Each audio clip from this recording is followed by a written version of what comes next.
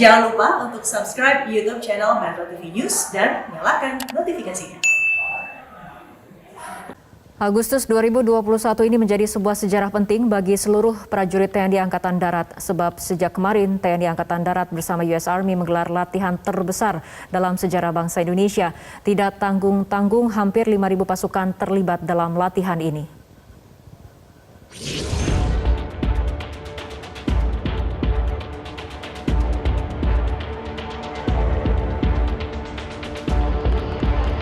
Aksi terjun payung oleh TNI Angkatan Darat dan US Army ini menjadi rangkaian awal dari latihan bersama Garuda Shield ke-15 tahun 2021.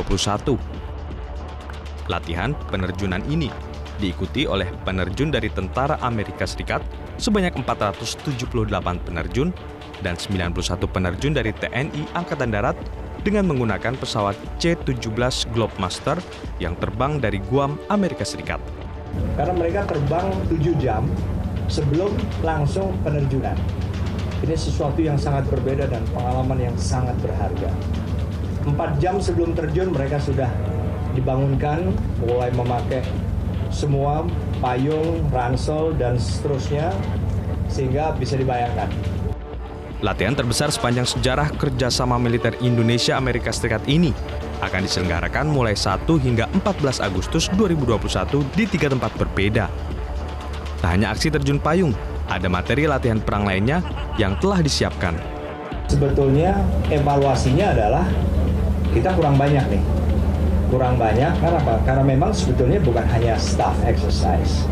Yang kita perlukan adalah juga bagaimana kita berada di lapangan. Di lapangan bersama-sama itu kan juga sesuatu yang perlu kita alami. Commanding General US Army Pacific, General Charles Flynn berharap latihan ini menjadi simbol dari tujuan yang lebih besar dalam kerjasama militer antara Indonesia dan Amerika Serikat di masa mendatang. Absent his leadership and his willingness to work through a number of obstacles that can impact training during a time of a pandemic when we have COVID to deal with. It was his leadership and the leadership of the Indonesian Army, together with the elements that planned all this from the U.S. Army to make this happen.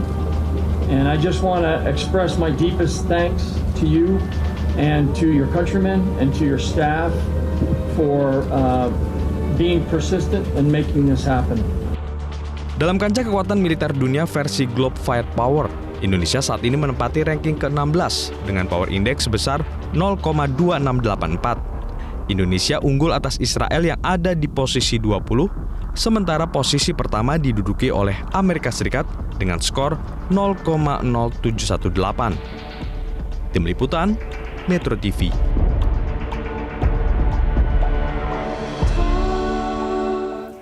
Pemirsa, lalu bagaimana peta kekuatan TNI Angkatan Darat dan Tentara Amerika Serikat dan informasi rinci lain perihal latihan gabungan TNI AD dan Tentara Amerika Serikat akan disampaikan langsung oleh rekan Anggi Hasibuan. Anggi, silakan. Ya, Fitri, biasanya kalau kita liputan acara seperti tadi ya gitu, itu susah sekali karena biasa kita sambil megang kamera dan juga dengan suara ledakan di mana-mana. Namun pemirsa, untuk latihan kali ini TNI Angkatan Darat ini juga bersama-sama dengan US Army ini menggelar latihan bersama dengan militer Amerika Serikat atau juga disebut dengan Garuda Shield. Ini sudah tahun ke-15 dan yang berbeda pada tahun ini adalah karena disebut-sebut menjadi latihan militer kedua negara yang terbesar. Dan di sini kita akan melihat bahwa dari Garuda Shield ini sendiri sudah memasuki tahun ke-15 akan dilaksanakan di 3 wilayah. Kebagian ada di Sumatera Selatan, kemudian Kalimantan Timur, dan juga di Minahasa Utara. Saya pernah ke Sumsel, itu memang kondisinya, atau misalnya ini juga bisa menjawab pertanyaan kenapa harus di lokasi-lokasi ini ya. Karena lokasi yang sangat terbuka, dan ini sangat mumpuni untuk melakukan misalnya ada ledakan bom dan juga combat yang lebih besar lagi.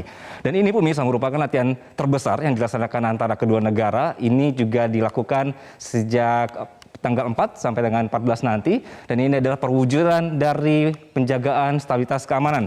Waduh, sebentar, ini ada yang lewat, hampir saya dilindas nih pemirsa. Oke, ini adalah latihan bersama dan diselenggarakan di 3 tempat berbeda. Tadi sudah saya sebutkan, dan kemudian di sini Indonesia juga akan latihan dengan kendaraan tanknya juga, dan dari Amerika juga ini juga akan menerjunkan beberapa armadanya juga. Namun yang pasti yang perlu diperhatikan adalah bagaimana mereka menjaga untuk latihan ini selama masa pandemi.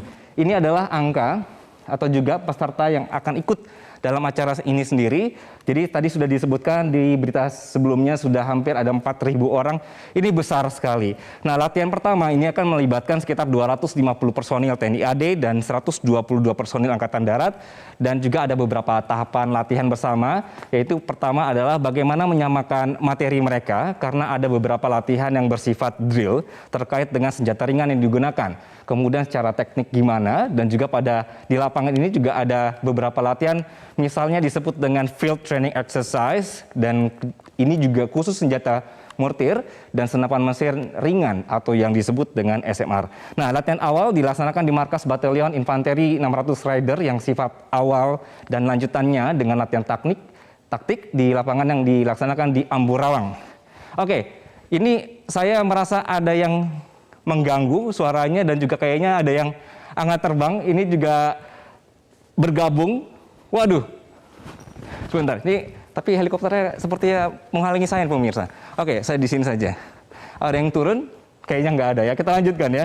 Nah, di Sulawesi, Panglima Kodam 13 Merdeka, Majen TNI Wanti Mahamid mengatakan beberapa materi dilatihkan, misalnya adalah staff exercise training, kemudian live fire exercise, dan sejumlah latihan lainnya. Ini adalah latihan-latihan bagaimana nanti Indonesia perlu belajar dari US Army, dan juga sebaliknya ada beberapa hal yang mungkin berbeda dan akhirnya disamakan. Nah, latihan ini kemudian akan melibatkan penyelenggara dan peserta sebanyak 250 personil TNI dan 122 personil US Army. Nah, kita lanjutkan. Ini adalah atau juga bagaimana atau latihan seperti apa yang dilatihkan pada field kali ini. Ada yang pertama adalah Field Training Exercise atau juga FTX atau juga latihan terpadu di area perang. Hasil dari training sebelumnya ini nanti akan dites di sini, atau bahasa mudanya nanti prajurit-prajurit ini akan dicemplungkan ke kondisi mirip perang. Selanjutnya latihan yang disebut dengan Live Fire Exercise atau LFX. Ini adalah praktik latihan penggunaan alat atau senjata secara langsung di lapangan, sehingga nanti seakan-akan mereka sedang dalam kondisi perang. Lalu latihan bersama juga untuk penerbangan dan juga proses penyelamatan korban atau juga medical exercise atau biasa disingkat dengan medics. Serta 2 program latihan yang akan digabungkan, yaitu Joint Combined Exchange Training dan juga Garuda Airborne. Dan ini adalah pola latihan bersama dalam menghadapi situasi perang, dilengkapi latihan penerjunan prajurit yang akan sama-sama mengembangkan materi pelajaran dan juga prosedur pengambilan keputusan taktis. Nah, pemirsa, ada juga yang disebut dengan drill taktis, penggunaan multiple integrated laser, dan juga bagaimana mengintai dan juga membaca hasil intaian drone ke heli Apache yang tadi juga mungkin barusan lewat ya. Dan juga ada penembakan roket Astra serta HIMARS. Oke, ini dia. Jadi ini adalah misal gambaran seakan-akan mereka sesudah selesai latihan pemirsa. Jadi kalau misalnya istilahnya ada anak-anak baru, bagaimana mereka di kelas dulu, kemudian diterjunkan ke 3 wilayah tadi.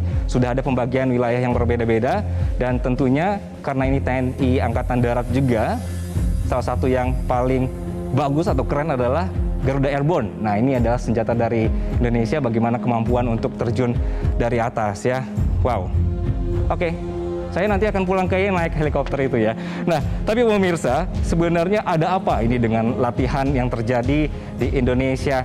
Ini sepertinya hampir bersamaan dengan pertemuan antara Menlu Indonesia dan juga Amerika Serikat, bahwa akan semakin banyak presence atau kehadiran Amerika di wilayah ASEAN. Ini juga melihat adanya kekuatan baru yang besar juga di wilayah Asia yang seakan-akan ini juga lebih akrab nih dengan ASEAN. Begitu, Fitri, sepertinya yang kita lihat dari latihan bersama ini. Anggi Hasibuan, terima kasih atas penjelasan Anda.